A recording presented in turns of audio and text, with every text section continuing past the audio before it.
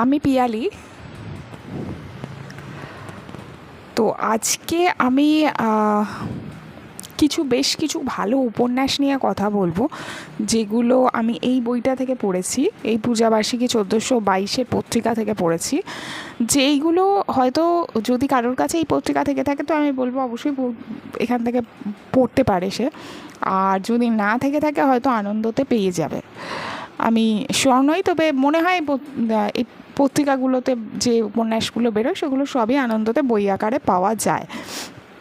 তার মধ্যে একটি তো জাস্ট সদ্যই বেরিয়েছে, অরণ্য মন থেকে, বিনোদ ঘোষালের এইসব যাওয়া আসা। আমি আসবো সেই উপন্যাসটিতে। তো সেটাই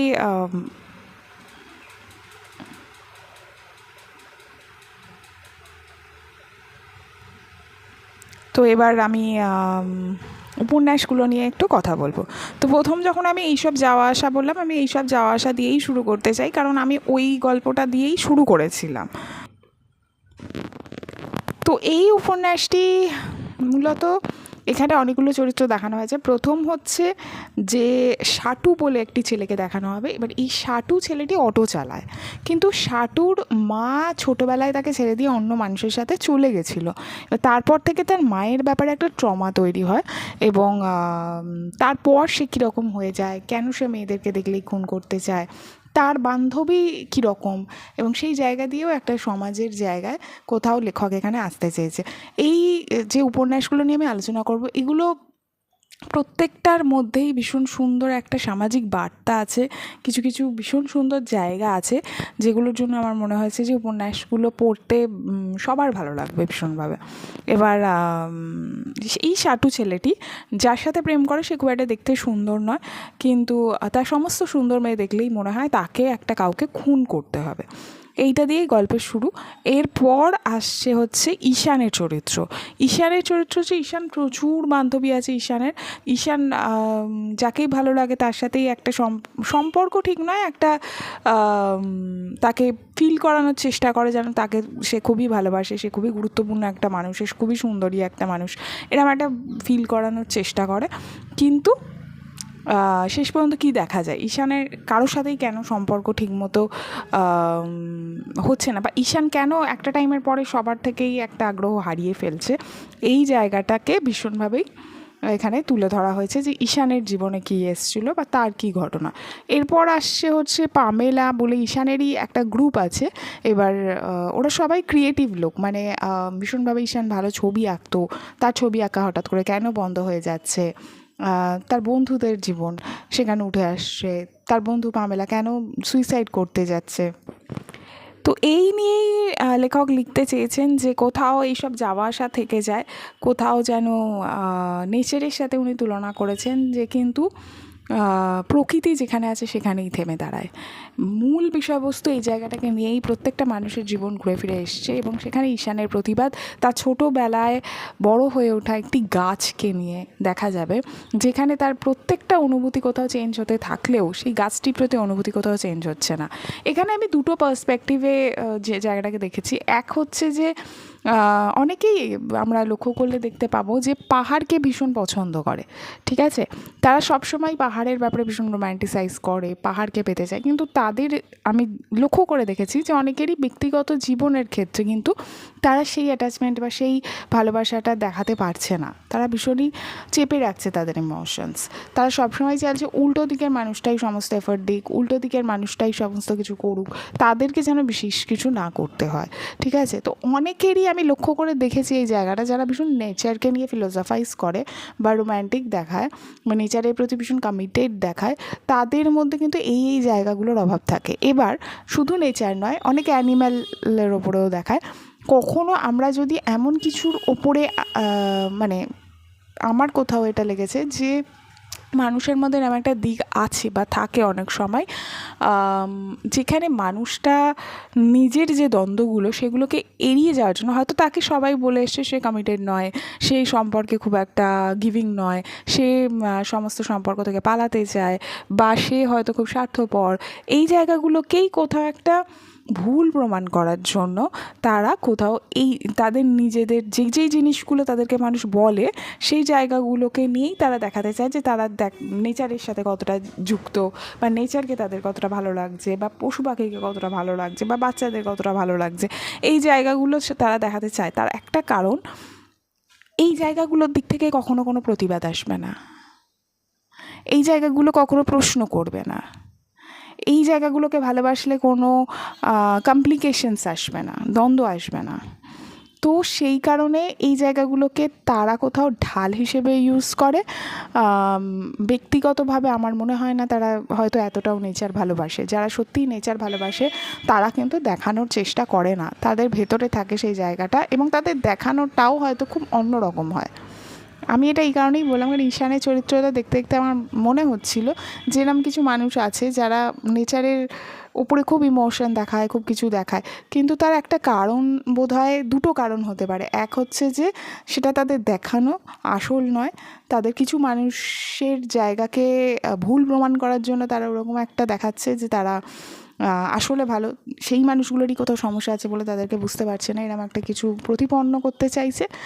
আর নয়তো তাদের জীবনে ভালোবাসা এরকম জায়গার থেকেই আসছে যে জায়গা খুব একটা প্রতিবাদ করবে না, যে জায়গায় কোনো প্রশ্ন করবে না, যেখানে তাদেরকে কোনো দ্বন্দ্বের মুখোমুখি তাদেরকে কেউ দাঁড় করাচ্ছে না। যখনই সেটা হচ্ছে তখনই তারা সেখান থেকে পালিয়ে যাওয়ার চেষ্টা করছে, কারণ তারা নিজের মুখোমুখি হতে ভয় পাচ্ছে। তাই জন্য একটা গাছকে ভালোবাসলে গাছ তো তার উপরে কোনোভাবেই অ্যাটাক করবে না, এবং গাছটা সেই জায়গাতেই দায়ী থাকবে, সেই যাই করুক না কেন, তার জীবনে যাই করুক না কেন, সে যার সাথে যাই করুক না কেন, সে গাছকে অবহেলাই করুক, হয়তো 50 দিন সেই গাছের দিকে তাকায়নি, কিন্তু ওই একদিন লড়াই করবে, সেই গাছটা ওখানে দাঁড়িয়ে থাকবে তার জন্য, কারণ সে হয়তো পরবর্তীকালেও তাকাবে না, ঠিক আছে, কিন্তু এই সব কিছুর পরেও সে কিন্তু ওখানেই দাঁড়িয়ে থাকবে। এই যে জিনিসটা, এটা একটা আনরিয়ালিস্টিক এক্সপেকটেশন তাদের সম্পর্কের প্রতিও আছে, যেটার মুখোমুখি হয়তো তারা হতে চায় না বলেই তাদের এই আনরিয়ালিস্টিক ভালোবাসাটা কোথাও তারা গাছ, পশু পাখি, শিশু এদের উপরে দিয়ে প্রজেক্ট করে তাদের ভিতরের যে দ্বন্দ্বটা, অন্তর্দ্বন্দ্বটা। তো আমার এই গল্পটা পড়তে পড়তে এটা ভীষণভাবে মনে হয়েছিল এটা উল্লেখ করার দরকার আছে, তো সেই কারণেই করলাম। তো এটা একটা উপন্যাস।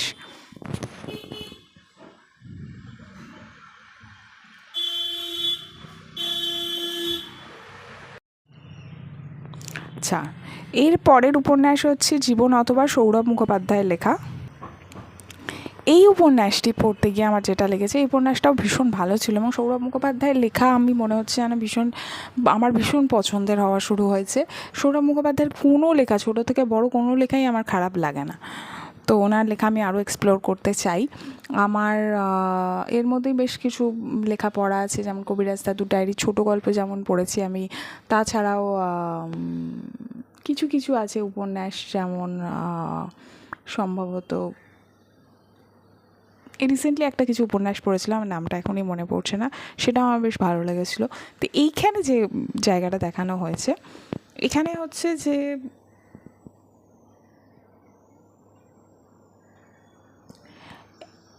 এখানে একটি মানুষকে দেখানো হয়েছে যে একটা সময়ে বিশাল বড় কবি ছিল, যার একটা ফ্যান ফলোয়ার্স ছিল, যাকে সবাই পছন্দ করত, যার কবিতা শোনার জন্য অনেক অপেক্ষা করত, কিন্তু সেই মানুষটি কোথাও আস্তে আস্তে সেই জায়গা থেকে সরে আসে, এবং সে কিন্তু কোনো রকম কোনো বাস্তবিক কাজের জায়গা তার নেই, ঠিক আছে, সে কখনোই চাকরি করা বা সেই ধরনের জীবন সে বেছে নিতে চায়নি, সামাজিক কোনো প্রতিপত্তির জায়গা সে বেছে নিতে চায়নি। এবার তার ওই একটা জায়গা দিয়েই সামাজিক জায়গার দরকার ছিল, সেটা হলো কবিতা। এইবার সে আস্তে আস্তে কোথাও একটা নিজেকে গুটিয়ে নেয়, এবং সে তার নিজের সাথেই বেশিরভাগ সময়টা কাটায়। তার প্রেমে পড়েছিল, তার এই কবিতার প্রতি যে প্রেম বা কবিতার প্রতি যে ভালোবাসা, সেটা দেখেই কলেজে তার প্রেমে পড়েছিল দেবিকা। এবার আচ্ছা, তার নামটা বলি, এবার দ্বৈপায়ন তার নাম। এবার এই দ্বৈপায়নের প্রেমে পড়েছিল দেবিকা এবং তার কবিতার জন্য, কিন্তু পরবর্তীকালে যখন এই বাস্তবিক চাহিদার জায়গা থেকে তাকে দেখা গেল যে সে আস্তে আস্তে নিজেকে গুটিয়ে নিচ্ছে, সে খুব একটা কোনো জায়গায় দ্বিতীয়বার চেষ্টা করে না, তাকে কোথাও মানসিক অসুস্থ বলেই সবাই, সমাজের লোক তাকে মানসিকভাবে অসুস্থই বলবে, কারণ সে নিজের সাথে থাকে, নিজের সাথে কথা বলে, সে জীবনের বহু গভীর মানে তার কবিতা মাঝে মধ্যে আউড়ে, মানে কবিতার মধ্যে দিয়ে সে প্রকাশ করে। এবং সে জীবনের সাথে কথা বলে। সে বলে তার মনে মনে যে যত আমি লোকেদের থেকে দূরে সরে গেছি তত আমি জীবনের কাছাকাছি এসেছি। তো তার যে গভীরতা সেটা কিন্তু এখনও বজায় আছে, কিন্তু সেটা মানুষের চোখে পাগলামি, সেটা মানুষের চোখে একাকী থাকা, তার নিস্তব্ধতা কোথাও একটা তাকে কোথাও গিয়ে সবার থেকে, সমাজের থেকে আলাদা করে দেয়। এবং কোথাও গিয়ে সে ভীষণভাবেই তাকে লোকে পাগল বলছে, তাকে লোকে কোথাও একটা তার থেকে দূরত্ব তৈরি করছে। এবং সে সারাদিনে তার কোনো কাজ নেই, সে সারাক্ষণ ওই কবিতার মধ্যে থাকে, জীবনের সাথে থাকে। এবং কোথাও জীবনের সাথে থাকাটাকেও একটা ভীষণ অন্যভাবে দেখানো হয়েছে এখানে। এবং কোথাও সে জীবনের প্রতি বাকি যা অনুভূতি, যা চাহিদা, সেগুলো থেকে কোথাও আস্তে আস্তে দূরে সরে যাচ্ছে। তাকে কি পাগল বলা হবে না হবে না, এইটা একটা পুরো উপন্যাসের কিন্তু একটা মুখ্য জায়গা, মুখ্য বিষয়ের মধ্যে পড়ে। ঠিক আছে, এটা পাঠকের উপর নির্ভর করছে যে তাকে পাগল বলবে নাকি বলবে না। কারণ বাকি যে মানুষগুলোর জায়গা উঠে এসছে আশপাশ থেকে, তারা দেখতে সুস্থ স্বাভাবিক, তারা সবাই সব কিছু করছে, কিন্তু তাদের জীবনেও অনেক রকমের জায়গা আছে যেগুলো নিয়ে কিন্তু অনেক প্রশ্ন তোলা যায়। আচ্ছা, এই যে দেবিকার জীবনে এর সাথে যখন দেখলো যে সম্ভব হচ্ছে না, তখন এর সাথে যে ব্যবহারটা করছে, এই মানুষটির সাথে, দ্বৈপায়নের সাথে যে ব্যবহারটা করছে, সেটা কতটা সংযুক্ত, সেটা কতটা নর্মাল বিহেভিয়ারের মধ্যে পড়ে। সে তার সবসময় তার মধ্যে একটা উচ্চাকাঙ্ক্ষা, সে সবসময় কিছু না কিছু জায়গা থেকে স্পেশাল হয়ে থাকতে চায় সবার জীবনে। সে সারাক্ষণ কিছু না কিছুর পিছনে ছুটে চলেছে, তার জন্য তার নিজের মূল্যবোধ বিসর্জন দিতেও তার কোনো প্রবলেম নেই। তাহলে সেই মানুষটাকে কীভাবে দেখবে সমাজ? সেখান থেকেই উঠে এসছে মিলনের চরিত্র। মিলনের মধ্যেও এরকম একটা জায়গা আছে যে একটা সময় ভীষণভাবে তার কোনো দিনই কোনো টাকা পয়সার প্রবলেম ছিল না তার বাবার জন্য, কিন্তু বাবার শরীর অসুস্থ হওয়ার পর থেকে তার বাবার ব্যবসায় একটা খারাপ জায়গা দেখা যায়। মিলনের জীবন এখানে উঠে এসছে। মিলনের সাথে কীভাবে দেবিকার পরিচয় হচ্ছে, এবার মিলনের রাজনীতির সাথে যুক্ত হওয়া, মিলনের জীবনটা কীভাবে এগোচ্ছে এবং তার সাথে কীভাবে দেবিকার জীবন জড়িয়ে যাচ্ছে, এবং মিলনের রাজনৈতিক যে নেতার প্রতি সে অনুপ্রাণিত ছিল, সেই নেতার আসল চরিত্র, প্রত্যেকটা জায়গার সাথেই বারবার একটাই প্রশ্ন আসবে, দ্বৈপায়নকেই কি শুধু পাগল বলা যায়? এবং এই পাগল লোকটিই কিন্তু দেবিকাকে আড়াল করে যাবে, যতই অপমানিত হোক, যতই খারাপ ব্যবহার পাক দেবিকার কাছ থেকে, শেষ পর্যন্তও সে দেবিকাকে বাঁচানোর চেষ্টা করবে। তাহলে কে পাগল? মানে এই যে প্রশ্নটা, এই জীবন আমরা কাকে কি বলবো, কাকে কোথায় দাঁড় করাবো, এটা কে ঠিক করে দেয়? তো সেই জায়গা থেকেই মানে এই উপন্যাসটা লেখা হয়েছে। এবং সেই জায়গার অনেকগুলো জায়গা উঠে এসছে। তো